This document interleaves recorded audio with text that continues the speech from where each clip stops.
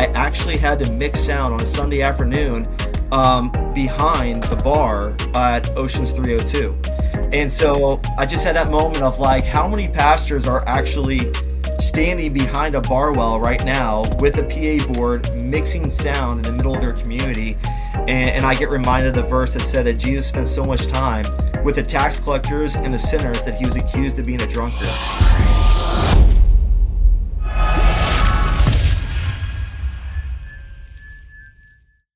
I'm here with Pastor Kevin Diamond of Rock Harbor in Melbourne Beach. How are you doing today, Pastor Kevin?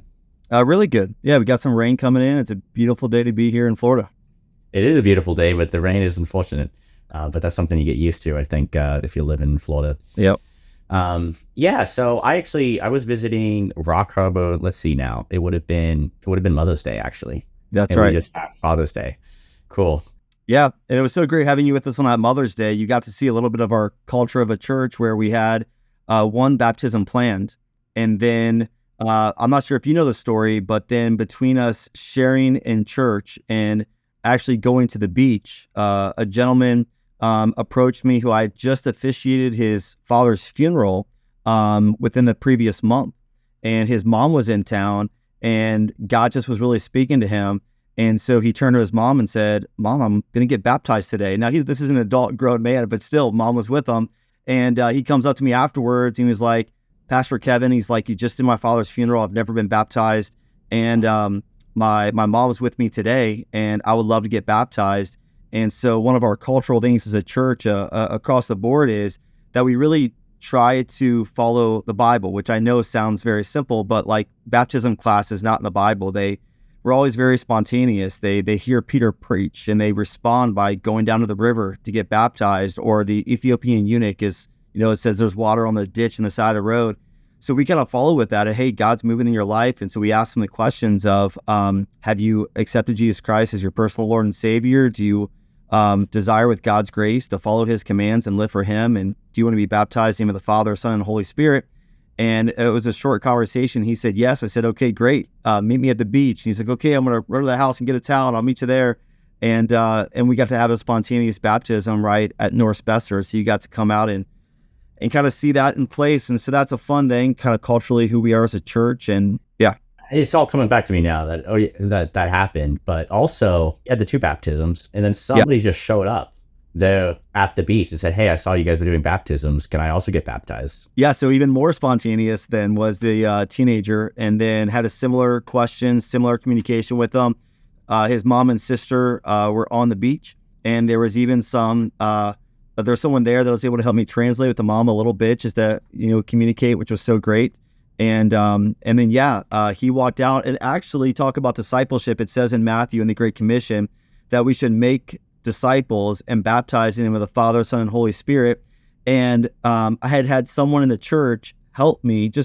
There's waves out there, so he came out with me to baptize the previous adult, and then he is coming out of the water and he's like, "Well, Pastor Kevin, can I help you baptize this teenager that's come up?" And I'm like, "Absolutely." So literally, he went like 30 seconds from being baptized to walking out with me and helping me baptize this young man that had made a profession of faith in Jesus, just seeing God at work. And that's what I love. And so I tell people my degree in marketing from The Ohio State University is in public relations and marketing. So I can, honestly put together the way to get people to show up to events. But when you see the Holy Spirit do things that you can't plan for, that you can't do things like this spontaneous response to the good news, the gospel of Jesus Christ, that's the kind of stuff that just is so powerful to see. And so, I was so thankful that you got to be there to see a spontaneous and then a very spontaneous baptism all happen on the same day. And just such a great place to see God at work. It really is. It's cool. And I love seeing baptisms on the beach. I've seen a few in the past. I shared some photos in the Facebook group that we have. So we have Christians of Brevard Facebook group. Just any Christians in the county are welcome to join, share about what the church is doing, fellowship. It's just an open space for that. So I shared some photos of that in the space and people just love it, We're trying to figure out how to do baptisms in our building because we don't have a baptismal. And though I do believe that when Jesus says, "I am the living water," it's reference to that Old Testament baptism. the original Jewish baptism, that they had to be in living water, which was moving water. And so it's so great when we can use the ocean, but obviously we recognize that we don't have to.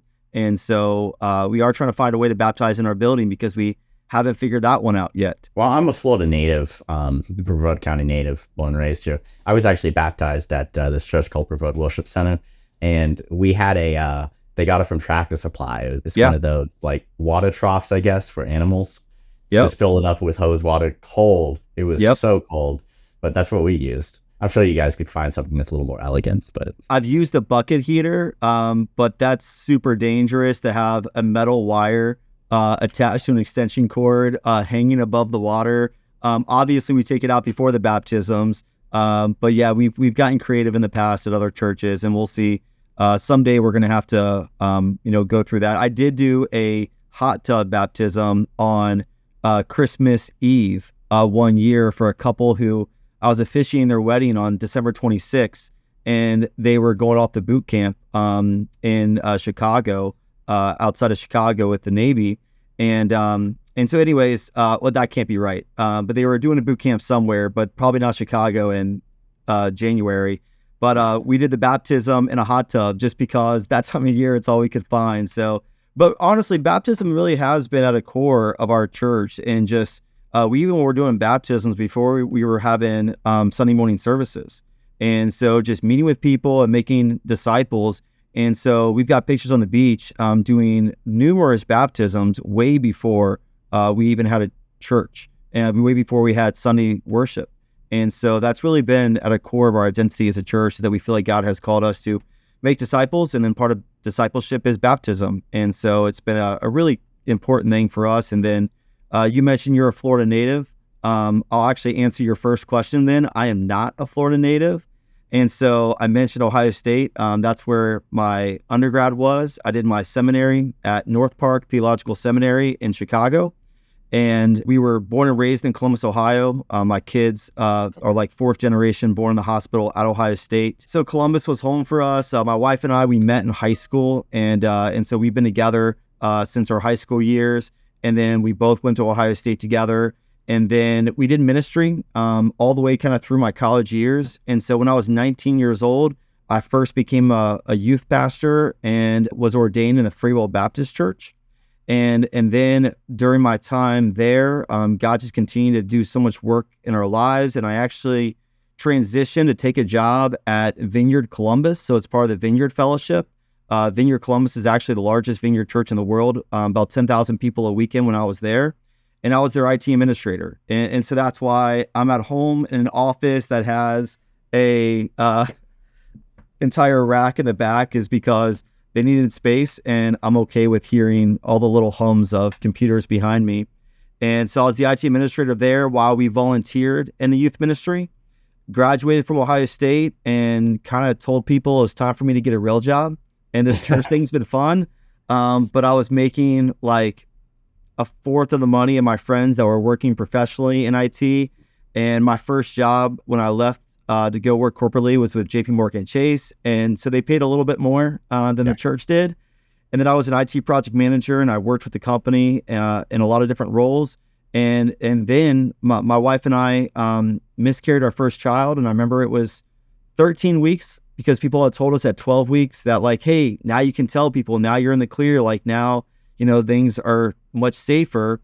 What we didn't realize was that right around 10 weeks right after our appointment is when the child stopped living and stopped growing. And so, we didn't realize that for 2 weeks in between our appointments. And so it really rocked us, and it got us on our knees in a way that, tragedy does. And so we were praying, and we were still attending the Vineyard. That was still our home church. And one of the pastors there, Bill Christensen, was praying for us. In the middle of praying for us, he looked at us and said, Kevin, why are you making money? Anybody can make money, but God's called you to do ministry. And I think my response at first was kind of like, hey, that's great. But we're here for my wife, and like, she's really hurting right now. She was still carrying the child with her. And it was just a really hard time. But then it was actually 5 other people in the next week that said the exact same thing. And they continue to repeat those words when we were praying with people. They would stop and ask me that same question. And so finally we realized that God was speaking to us in the midst of the hurt, as we were on our knees praying in a way we hadn't for a long time. And then during that, we just kind of committed and said, okay, we're going to quit the corporate life. I first, and I told my boss that I was going to start looking for a job as a pastor. They all thought I was crazy because we were commission-based jobs, and they knew my numbers. And I had a house in a golf course neighborhood, and I had the GMC Denali SUV, and I had the sports car. I had all that stuff happening. And so they thought I was crazy when I told them I was going to quit corporate life and I was going to move back into ministry. So I went and talked to my young life leader, and I thought that's the direction I wanted to go. But he kind of challenged us when he was praying for us and said, I really feel like you're called and gifted to work in local church ministry. And by the way, the church that he had grown up with was hiring a youth pastor. And so I was like, okay. And so I interviewed at a few churches, and I ended up getting offered to be the youth pastor of what's called Faith Covenant Church in Columbus, Ohio. And that's when I had to find out what this denomination, the Evangelical Covenant Church, was, because I'd never heard of them. And they don't have a ton of churches, about 800 churches at the time. And this is about 15 years ago. So I looked into it and actually found out that I love the covenant because they're non-doctrinal. I grew up at a Grace Brethren church, and so I grew up with like the doctrinal system, and then I was Vineyard, and then I was Free Will Baptist. My dad was Catholic when I was born, and so I'm a Christian mutt. I've been tried. I think they got married in a Methodist church because I was halfway between a Baptist and a Catholic, and so I'm a Christian mutt. What I found out was that the covenant, which is what we call the ECC, is a great home for Christian mutts because we have our affirmations that are strong on the centrality of the Word of God, strong on the necessity of new birth in Jesus Christ, the John 3 conversation with Nicodemus, and also freedom in Christ. And so we have areas that we can disagree within our churches, although we've got specific areas that we must agree as a church. So I found myself at home in the covenant, that all these different backgrounds, I didn't have to stop being this to become that. I could literally be who I feel like God's called me to be, and follow where God's called me in His Word. And so I was there for about 9 years as a youth pastor, became the associate pastor of the church, graduated with my MDiv from North Park, which is our denominational seminary, and then we were open to a call. So the one thing I have to share in the middle of that, Connor, is when I was doing my CPE, which is clinical pastoral education, it's a clinical study it was at Nationwide Children's Hospital to be a chaplain. So a lot of verbatims, a lot of they record your conversations and say, well, why'd you say this? Why'd you do this? Why'd you stand there? And so I went through and I got certified with my CPE. During that and seminary and being a youth pastor, a young lady in our church who was about 18, we had helped get adopted by a family in our church about 2 years earlier when her mom went to prison. Her mom was out of prison, and she had a few of her kids back, and she was making really poor choices to get people to pay for hotel rooms in order to keep them off the streets at night. And I get it in that regard, like trying to find a place in the middle of the winter that you can go stay with your kids, but putting the kids in very dangerous places. So we offered for the kids to come stay with families from our church, and the young girl stayed with us, and then the two brothers went and stayed with another family. And about 30 days went by, and we hadn't heard from the mom, and we realized that this was going to become a longer situation. So we ended up becoming like foster parents for this young girl when she was 4 years old. And then if I can just fast forward through so many amazing stories of God at work, my sister-in-law came to stay with us, and her husband agreed that they would love to adopt this little girl. Well, she was down in Brevard by Miami, and the lawyer was like, there's no way that I'm going to get a judge to agree to a homeless girl from Columbus to be adopted by a family in Miami, Florida, because that has all kinds of red flags, which I totally get. And so my wife and I became legal surrogates. So we went through the entire legal process to adopt Kiana, so that we could do an uncontested state-to-state adoption of Kiana. So I think legal surrogates is the best way to explain that story. You think about biological surrogates. Well, we were legal surrogates, and we have two boys that are about the same age as Kiana. One's about 6 months younger and one's 3 years younger. So we just had all of this happening in the midst of everything, and God blessed it. They told us it could have taken 5 years to have this adoption go through, and it took about 18 months. And so God was just amazing and protected so many of the kids. There was a lot of different kids involved with this mother, and God just protected all of them and got them into safe spaces. And then I was graduating from seminary, and Kiana was living with the Bakers, and we took a call out to California. And literally that was like, God, wherever you want us to go, send us and we'll go. And so we went out to California, to Brevard County, to the town of San Andreas. It is about 50,000 people in the county, and it's the size of Rhode Island. And so it's mountain, it's country, and it's beautiful. I was actually quail hunting one day up on the side of a mountain, and my niece now, Kiana, called me and said, Uncle Kevin, you promised me you'd always be there for me, and I haven't seen you in about a year. And, I think she said, you lied to me. And at this point, she's 6 or 7, and she had a little bit of an attitude, but I appreciate it. It was right. It was rightfully deserved. And I said, you know what? We did make that promise. And I told her, we're going to come and we're going to live close to you. Well, they had just moved to Melbourne Beach, where my sister-in-law took the job at Eastern Florida as the head women's basketball coach. So I told my wife, I said, hey, we're moving to Melbourne Beach. And she said, well, what are we going to do there? And I said, well, we can maybe talk to our denomination about doing a church plant. But I've been an IT project manager. I kept my certifications. I was a Microsoft certified network engineer, whatever I needed. And I said, God will take care of us, but this little girl needs us. And she said, well, what about our church? We've only been here a couple of years. And I said, it's not our church. It's God's church. And again, long story short is the pastor who's taken over for me there, his wife grew up in that town, and her dad was the youth pastor for 35 years at that church. So that was the right person to do the long-term care for that church. So it's just amazing to see how God, even around our story, just continues to just work in incredible ways. And so it was Father's Day 6 years ago that we moved to Brevard County. We moved into Melbourne Beach, and we just began to pray and work the soil on starting this church plant. Wow, beautiful. You hit a bunch of questions I had. So sorry, man. You see that? No. That was my opening monologue. No, that's good. That's good. A huge background there. And like you said, yeah, I honestly hadn't heard of the Evangelical Covenant Church either. So I was doing a little bit of research here before jumping on the call with you. But yeah, seems like a very interesting. Now tell me, are there other Evangelical Covenant churches here in Brevard? I mean, in Florida? Yeah, so there's one in Brevard Beach called Grace Springs, and they've been here for like 40 years.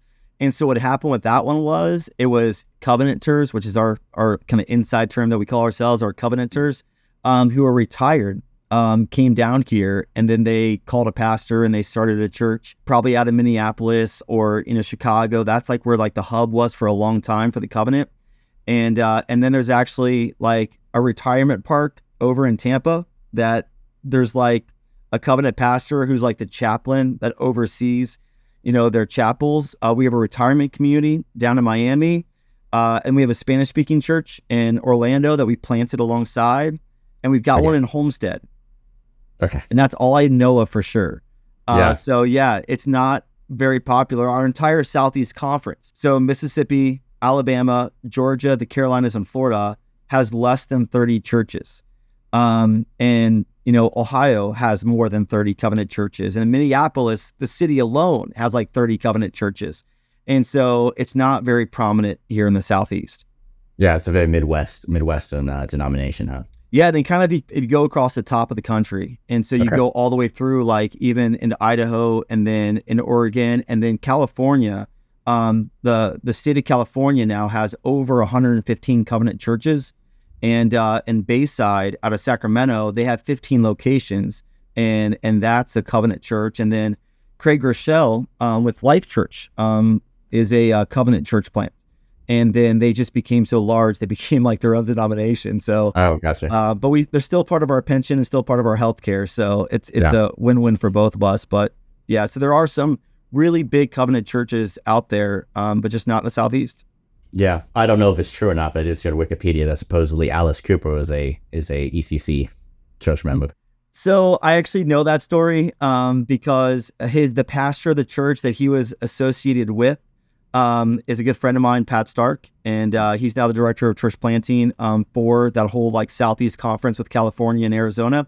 So Alice Cooper is out of Phoenix. That's where he lives now, and they share property with a covenant church, and they have their after-school programs and they have their music outreach.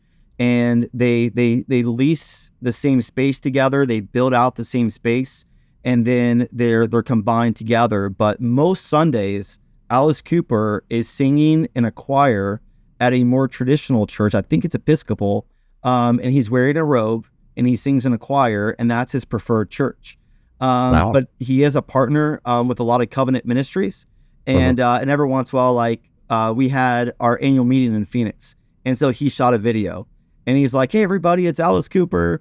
And you might not recognize me without my makeup on, but just want to invite you to Phoenix. And so he's definitely associated with the covenant, through the ministries of the covenant. Gotcha. Okay. Well, showmanship, talking about showmanship with Alice Cooper, I understand that you do a little bit of showmanship yourself. You're a DJ in the community, huh? Yeah. So I've been doing this for over 20 years, and it came from a lot of the same reasons why I do it today. I had a bunch of youth group kids who were at a Christian school that didn't have dances. And what I mentioned, I was part of a Grace Brethren church. And so to be in the youth group, they asked us to sign a pledge saying that we wouldn't participate in listening to secular music. We wouldn't participate in school dances, that we wouldn't do those things. And that's part of why I joined Young Life, is because we did those things in Young Life. And so back in Columbus, I got very involved with the Young Life ministry at Ohio State and during my high school years as well. And so I reached out to the school and I was like, hey, can I use like our church speakers and like do a dance? And I promise like appropriate music, appropriate dancing. And we'll have chaperones and parents in the school. I remember said, can you just stop asking the question? Like, we're not going to say no, but please stop asking us to say yes. And so that started like 20 some years ago. And so I still do that, but very openly now with like Space Coast Christian Co-op. Their prom is the best, most fun dancing of any dance I ever do year after year. It's like 300 homeschool Christian kids in Brevard County, and they dance appropriately. They have space, but they also dance to every single song with a ton of energy, and I love it. When you have a good dance, it's like you're dancing with 400 people because you can play music after music, song after song, flow the beats in a way that they never realize that the songs ever end, and you just dance. And it's the only dance that I have to do a water break because it's so much fun, and they are so engaged that like halfway through, it started because the sound system, the whole power died in the building. And so now I do a built-in water break halfway through, and I tell everyone, go get food, go get drinks, and we'll come back and dance. And so yeah, we just see it as a great way to, join the community together. My first like PTO meeting at Gemini Elementary School, where our kids were attending, they mentioned they wanted to do a dance, but the DJs were really expensive beachside. And so I said, well, I'm actually a DJ and I can do it for free. And they're like, well, great. Free's great. And the funny thing was, I didn't have a sound system yet. We had just moved here. And so I literally went in front of Gemini, grabbed my phone and shot a social media video. And I said, hey guys, I've committed to DJ this dance, but I don't have any speakers yet. And we actually had one person give 5,000, a couple other people give 500. And we built our original sound system for the church for the purpose of DJing a dance. And we actually still use those speakers today. The turntables are on the shelf behind me. And so now I just found out Hoover Middle School, I'm going to do their first dance of the year in September.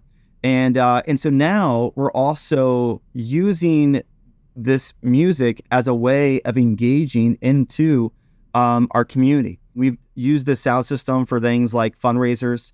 So we did a fundraiser for a local teacher, and Doug Flutie's band was actually playing. And so we took our sound system and we did it for free. And so we don't just DJ, we do stuff like that too, where we there'll be events in Melbourne Beach. There'll be events in the community, Space Coast Christian Co-op. We ran all the AV for the Action Sports Arena. And so it allows us to engage the community in a way they're not used to pastors engaging. So Doug Flutie's band, I actually had to mix sound on a Sunday afternoon behind the bar at Oceans 302. And so I just had that moment of like, how many pastors are actually standing behind a bar well right now with a PA board, mixing sound in the middle of their community. And I get reminded of the verse that said that Jesus spent so much time with the tax collectors and the sinners that he was accused of being a drunkard. And so I was like, well, the funny thing was the guy was like, hey, like, help yourself. And I'm like, no, man, I don't do that. I'm not going to participate in that.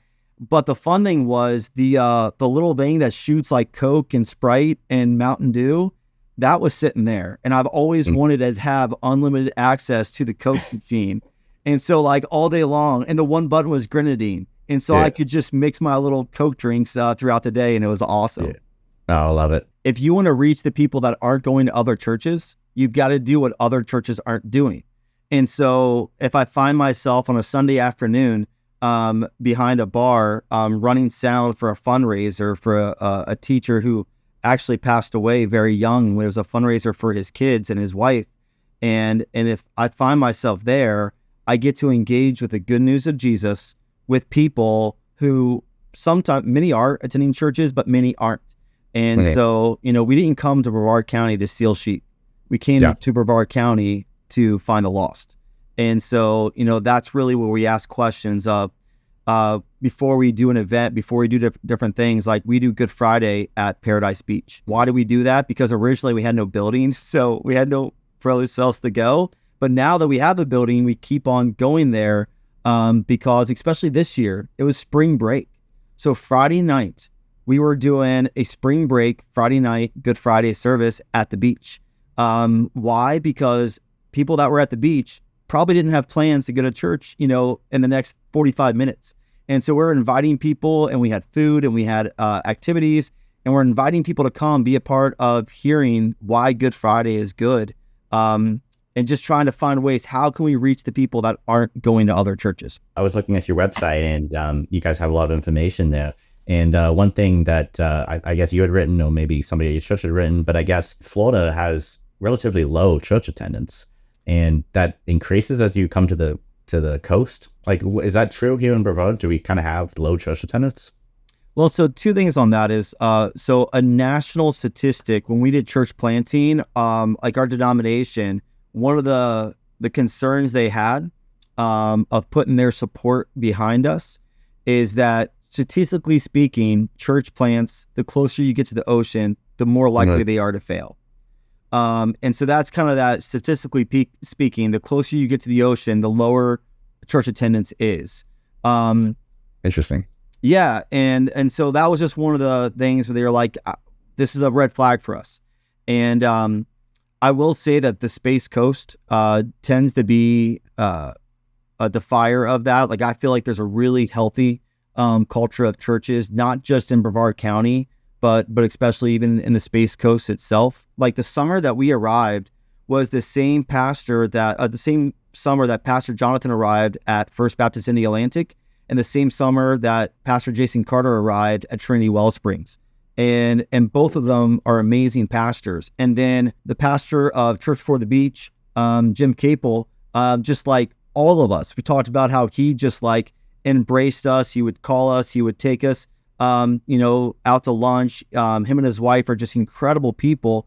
And then Chris and Nadia started working at Calvary Surfside around that time. And so like we all kind of started coming together, and it just was really just an amazing thing. And so we've really seen God just doing amazing work across all these churches in the Space Coast. Yep. And I love the fact that, our attendance, went from 0. So like our attendance increased, but all of their attendance has increased rather dramatically, over the last 5 years. And the fact that it wasn't like people left one church to go to another, but they all are increasing.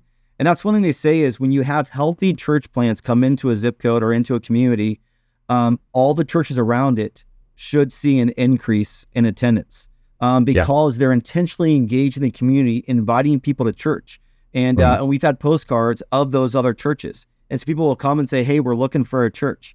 And we say, hey, great, here's a postcard to maybe give you some direction of other great churches in the community, because there's a lot of great churches. And it's just like, we want everybody to eat from the bread of life. We want everyone to get to know Jesus Christ.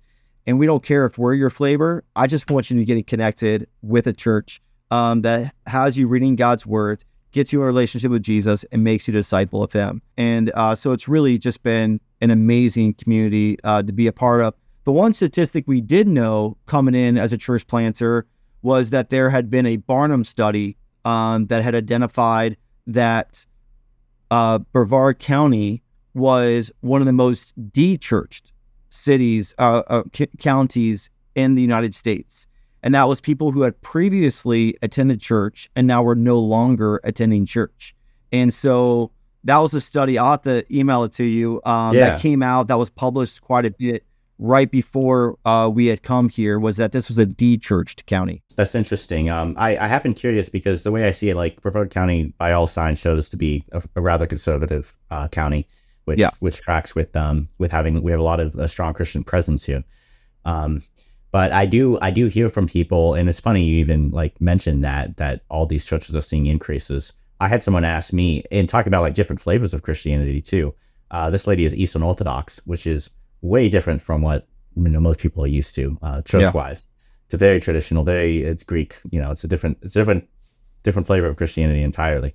But she says that their church is seeing a massive influx of new Christians too. So that does seem to be happening then, and you're confirming that there's a lot of people that are coming into the church here in the Space Coast, which is great to see. Anyway, I don't want to take up a lot of time, but you're sharing so much great information. I'm curious too, maybe if you have a little bit of extra time to give, you talk about Rock Harbor. So on your website, you guys have a roadmap, and it's like a 3-step roadmap about 1, love first, 2, build a community, and 3, come together. And you talk about there that you guys want to engage with a lot of different community efforts in Brevard to kind of see this Christian mission happen. And you've already talked about, like, I guess you were working with a bunch of other churches, and then your community outreach with the DJ efforts. And I love to see that kind of stuff. Like, how can we engage the community more? Could you maybe speak to a little bit of that, of how you guys are working with other ministries and other efforts and other Christians here in Brevard? Yeah, I mean, there's so many great ministries in Brevard County that we really haven't, outside of our church ministry in itself. We have come alongside like Love Inc. We've come alongside FCA. We've come alongside Young Life. When we say that, the one thing is you do have to put your money where your mouth is. And so we do percentage giving. And so we give like 10% of our tithes and offerings. We give that away.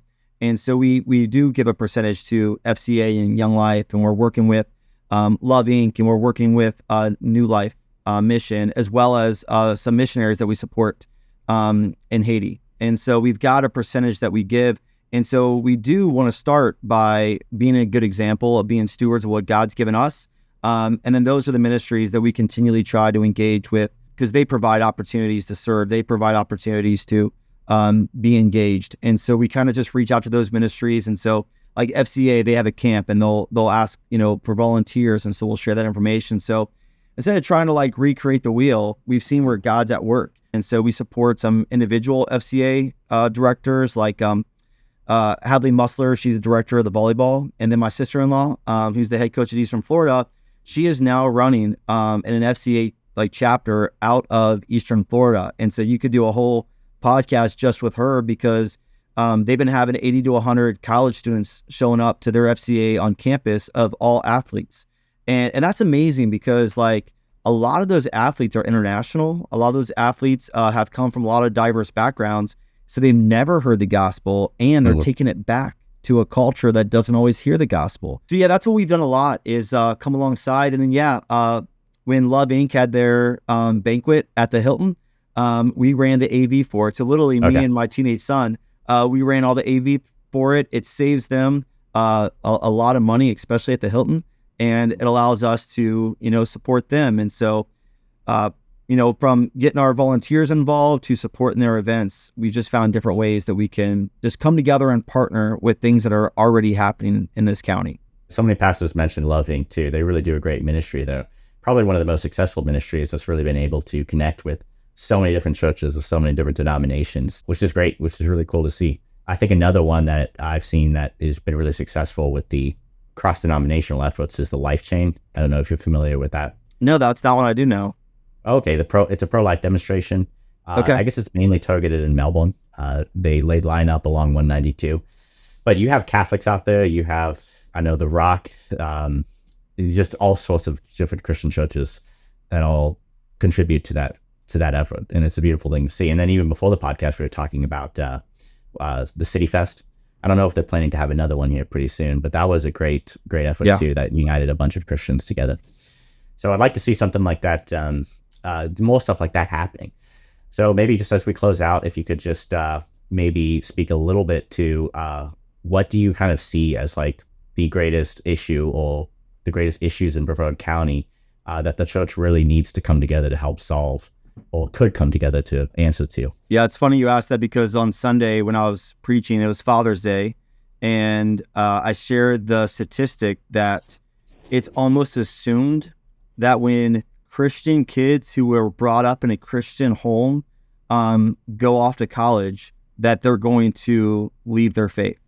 You know, it's like, statistically speaking, it's like, yeah, it's like 90% they're saying are going to be leaving the faith. And so that's really where we have felt called, going all the way back to our personal roots. My wife and I working in the Young Life ministry, is to not just reach the lost, but raise up that next generation. And so our church started in Gemini Elementary School, and in the early services, we'd have maybe 70 people. And after the kids ministry left, I would be preaching to 25 to 30 people. Because we'd have like maybe 10 volunteers. I'm not great at math, but maybe like 35, 40 kids that would leave. And our statistics have kind of become more balanced. But on a Sunday morning here, we could have 500 people, but 150 of them be students, 12th grade and under, that are a part of the ministry here. And then all the volunteers that go with them. So still, we're kind of unique where all the kids still come in to the worship and are there in the beginning of the service. And then they, about halfway through, I do this little brown box thing. And then the kids are invited to be a part of their program. And so we kind of have this hybrid approach, and we still see like this mass exodus of, you can't see all the kids in the pews. And all of a sudden, like, it's like these kids come out of everywhere, and you see them go out and they get separated their groups. And so it says on our website, our vision statement is creating safe spaces. And so that safe space was, whether we're in Gemini, whether we're in someone's home, whatever we're doing, that we're going to create safe spaces for people to learn, laugh, and live out the good news of Jesus. And so that's really kind of been our foundation. So we were in elementary school, and that's where we started. I'm not sure if you heard, but there was this thing in 2020 that like shut down all the schools. It was called COVID, and it was really bad. And we had to leave the elementary school that we had a great relationship with. And so we were a homeless church, and we had a great relationship with the local Lutheran church. And they reached out to us and said, hey, you got people and no building. We have a building, and because of COVID, no people.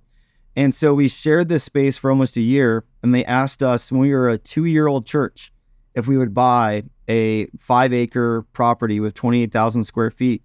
And like everyone's like, oh, wow, like that's amazing. What an answer to prayer. And I was like, well, it wasn't free, and it cost a lot of money to take care of air conditioning systems in Brevard County, if you didn't know. And so it was also really scary. Like, okay, God, are you answering prayers too soon? And so we trusted him, we followed him, and we've come into this space. And so now we have seen more of a balance in our demographics. But on the average weekend, we'll have 100 kids that we get to minister to. So we get asked the question of, when is your VBS? And our response is, we actually aren't doing one, because it takes so much energy, so much effort, and so many resources for us to minister to 100 kids every single week, that it's taken a lot of our effort. We're a 4-year-old church. And so we're still building, we're still growing, and we're still building policies and just things like that. And so right now, we put a lot of focus on every single week, raising up that next generation. And I love the brown box because it allows me to interact with, one kid per service. And I get to be one-on-one, sometimes kneeling down next to these young kids, and identifying that they're safe, that this is a safe space and that they are a part of the church, that being on stage of the church next to the pastor is a place that they are welcomed to be. And they are a part of our church. And so that's kind of at the heart of who we are, is that we create safe spaces. And that goes back to what it means to be a covenant. To be a covenanter is, you can agree. I'm a young earth creationist. And so some of your listeners are like, yes. And then some people that aren't, it's going to be a mixed bag. Aren't as passionate, but the passionate ones agree with me. And we know why we're right according to the Bible. But that's not a question that we've ever asked, to join our church. That's not a hill that we're going to die on. But the questions of, is Jesus Christ your personal Lord and Savior? Do you know that He is the way, the truth, and the life? And no one comes to the Father except through Jesus Christ. That's an affirmation for us, and that's a foundational belief for us. And so that's who we are. Okay, well, why don't you tell us then? Maybe we have some listeners who are de-churched, who aren't going to the church right now. How can they get connected with Rock Harbor? Where can they find you? If they have questions, how can they reach out and get a hold of you guys? Yeah, and I should probably mention, by the way, because I'm just realizing I'm wearing my fire department shirt today because we have a training tonight. And so in case anyone sees this and they wonder, this might be backwards, but it says fire chaplain. So I'm the chaplain of the Melbourne Beach Volunteer Fire Department. And so it's just, again, a great way to connect into the community. And so, yeah, we would love to connect with anyone who is trying to find a safe space. And that can be a place to ask questions. If you have a question on my sermon, we give you an opportunity to ask those questions. And there's no question that's not safe here. And so we would love to welcome you. Our website is rhfl.org. So it's like rockharborflorida.org. So rhfl.org. And so the website's a great place to get connected. And if you ask a question on that website anywhere, I'll probably find it quickly and we'll get an answer back to you. But then, yeah, we've got church here in Melbourne Beach. We're kind of back in the neighborhood, and at 1805 Oak Street at 8:30 and 10:30 a.m. every Sunday morning. And we do have modern worship, but we also have beautiful stained glass. And so it's kind of this nice mix between the sacred and the modern. You mentioned that people are going to Orthodox churches because people in their 20s, they want to go to a church that's got something sacred to it.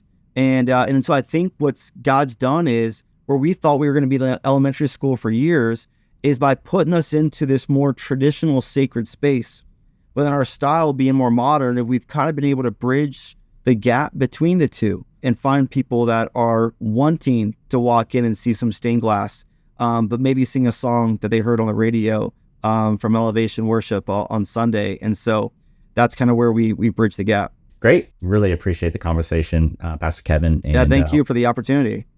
Yeah, and I hope we can continue having conversations like this and see some more inner church activity here in Brevard.